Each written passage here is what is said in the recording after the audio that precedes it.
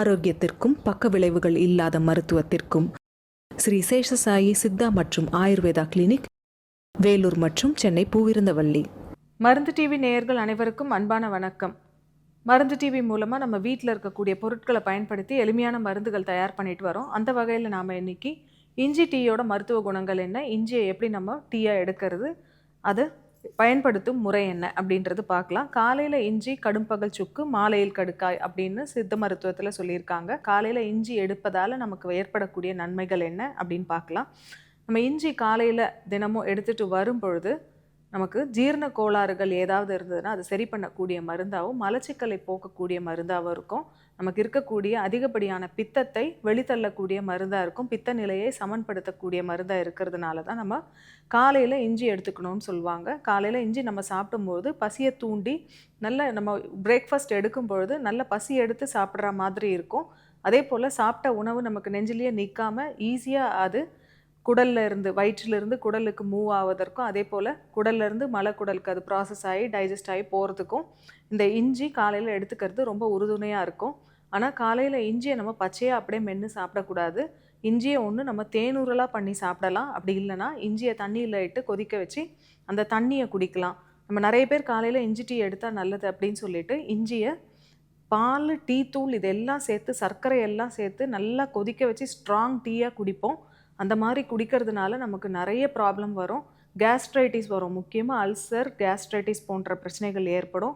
அது மட்டும் இல்லாமல் ஃபேட்டி லிவர் வருவதற்கான காரணமாகவும் பித்தப்பையில் கற்கள் உண்டாவதற்கான வாய்ப்புகளும் அதிகமாக இருக்கிறதுனால நம்ம திக்காக டீ, பால், சர்க்கரை, டீ தூள் இதெல்லாம் சேர்த்து அதோட இஞ்சி சேர்த்து கொதிக்க வச்சு குடிக்கிறத தவிர்க்கிறது நல்லது.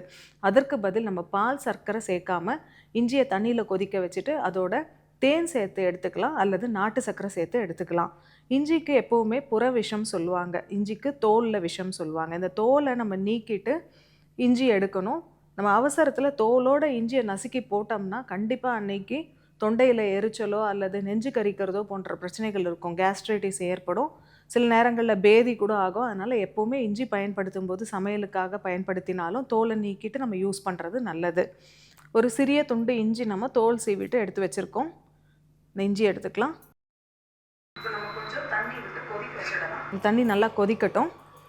இஞ்சியை நசுக்கிடலாம். தண்ணி கொதித்ததும் நம்ம இஞ்சியை கடைசியாக அந்த தண்ணியில் போட்டு கொஞ்சம் நேரம் வச்சுட்டு அதுக்கப்புறம் அதை ஸ்ட்ரெயின் பண்ணிவிட்டு வடிகட்டிட்டு தேன் கலந்து குடிக்கலாம். நீண்ட நேரம் இஞ்சி சேர்த்து நம்ம கொதிக்க வைக்கணும்னு கூட அவசியம் கிடையாது. இஞ்சி தேனூறல் செய்கிறதா இருந்தால் நம்ம தோல் சீவிட்டு இஞ்சியை சிறு சிறு துண்டுகளாக கீற்றுகளாக நறுக்கிக்கணும். நம்ம மெலிசாக கீற்றுகளாக நறுக்கிட்டு தேனில் ஊற வச்சுட்டு நம்ம வெயிலில் வச்சு எடுத்துக்கிட்டோம்னா ஒரு 3 நாளைக்கு வெயிலில் ஒரு துணி போட்டு மேலே கட்டிட்டு டஸ்டெல்லாம் போகாமல் அது வெயிலில் வச்சு எடுத்துக்கிட்டோம்னா இஞ்சி தேனூறல் ரெடி ஆகிடும்.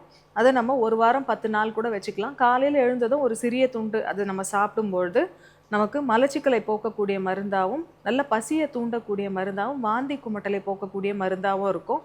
சிலருக்கு பார்த்தோம்னா பஸ்லலாம் ட்ராவல் பண்ணும்பொழுது குமட்டல் ஏற்படும். அப்படி இருக்கிறவங்களும் இஞ்சி தேனூறல் கையில் கேரி பண்ணிட்டோம்னா நமக்கு பிரயாணத்தை தொடங்கும் பொழுதே அந்த இஞ்சி தேனூறல் சாப்பிட்டுட்டோம்னா நமக்கு வாந்தி குமட்டெல்லாம் வருவதை நம்ம தவிர்க்கலாம். தண்ணி நல்லா கொதிச்சிடுச்சு. நம்ம ஸ்டவ் ஆஃப் பண்ணிவிட்டு